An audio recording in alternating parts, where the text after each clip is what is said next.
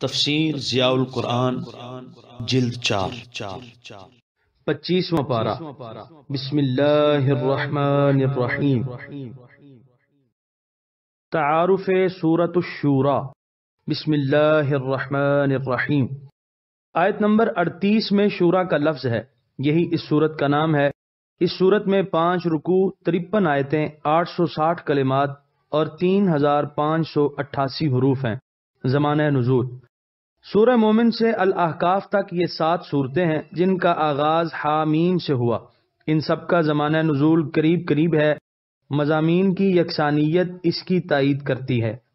اس کے مطالعہ سے پتہ چلتا ہے کہ یہ سورت اس وقت نازل ہوئی جبکہ کفار کا عناد اور مخالفت اپنی انتہا کو پہنچ چکی تھی۔ مضامین: حضور سرور عالم صلی اللہ علیہ وآلہ وسلم نے جب نبوت کا دعویٰ کیا تو اہل مکہ سراپا حیرت و تعجب بن کر رہ گئے۔ انسان جس کا دامن ہر طرح کی آلائشوں سے آلودہ ہے، ان میں سے کسی کو منصب نبوت پر فائز کر دیا گیا ہو، یہ کیسے ہو سکتا ہے؟ ان کی اس حیرت کا ازالہ یہ کہہ کر دیا کہ نوع انسانی میں ظاہر ہونے والے اگر یہ پہلے نبی ہوتے تو تم اظہار تعجب میں حق بجانب تھے، لیکن یہ سلسلہ نبوت تو آدم علیہ السلام سے شروع ہے۔ ان میں سے کسی نبی کی نبوت پر تمہیں اعتراض نہیں، اعتراض ہے تو اس نبی برحق پر جو تمہاری ڈوبتی ہوئی کشتی کو ساحل پر پہنچانے کے لیے آیا ہے۔ اللہ تعالیٰ کے نبی کا انکار، اللہ تعالیٰ کی توحید کا انکار اور بے شمار معبودوں کی پوجا پاٹ کا جو گھناؤنا کاروبار تم نے شروع کر رکھا ہے، اس کا تقاضا تو یہ تھا کہ آسمان پھٹ جاتا، نظام عالم درہم برہم ہو جاتا اور تمہارا نام و نشان بھی باقی نہ رہتا، لیکن اللہ تعالیٰ غفور الرحیم ہے، وہ تمہیں فوراً ہلاک نہیں کر دیتا بلکہ مہلت دیتا ہے تاکہ تم غور و فکر کر سکو۔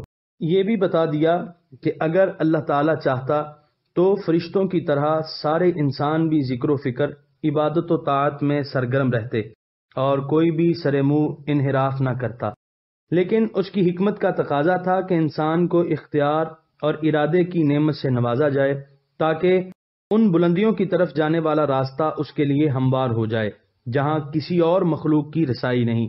جو لوگ اپنی مرضی سے عقیدے اور عمل کی گمراہی اختیار کرتے ہیں ان کو اپنے کیے کی سزا بھگتنی پڑے گی۔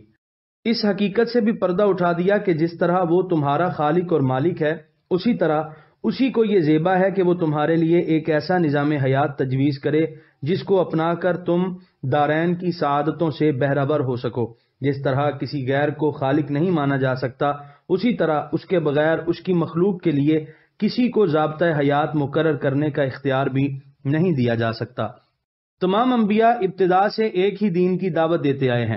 انہوں نے انسانی معاشرے میں افتراق و انتشار کی کبھی تخم ریزی نہیں کی، البتہ ان کے بعد آنے والے اہل غرض نے اپنی سرداری کا سکہ جمانے کے لیے باہمی تفرقہ بازی کا آغاز کیا۔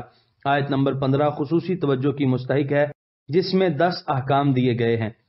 نبوت میرا کاروبار نہیں، اس کے ذریعے سے میں دولت کمانا نہیں چاہتا، میں اپنی اس دل سوزی کا تم سے کوئی اجر، کوئی معاوضہ طلب نہیں کرتا۔ ہاں، میرا ایک ہی مطالبہ ہے کہ تم باہم شیر و شکر ہو جاؤ، ایک دوسرے سے محبت کرنے لگو تاکہ تمہاری یہ دنیوی زندگی ہر قسم کی بے چینیوں اور تکالیف سے محفوظ ہو جائے اور تم یکسوئی کے ساتھ اپنے رب کی عبادت اور اس کی مخلوق کی خدمت انجام دے سکو۔ رزق کی تقسیم وہ اپنے حکیمانہ انداز سے کرتا ہے۔ اگر ہر ایک کو رزق فراواں مل جائے تو لوگ سرکش اور باغی ہو جائیں۔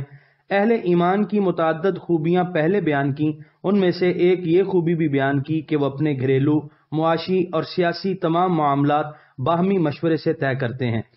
اسلامی ریاست کا یہ وہ اصول ہے جس پر اگر عمل کیا جائے تو اسلامی سوسائٹی میں آمریت، مطلق العنانی اور ڈکٹیٹرشپ کا کوئی خطرہ نہیں رہتا۔ ان کی خوبیوں میں سے اس خوبی کو بطور خاص ذکر کیا۔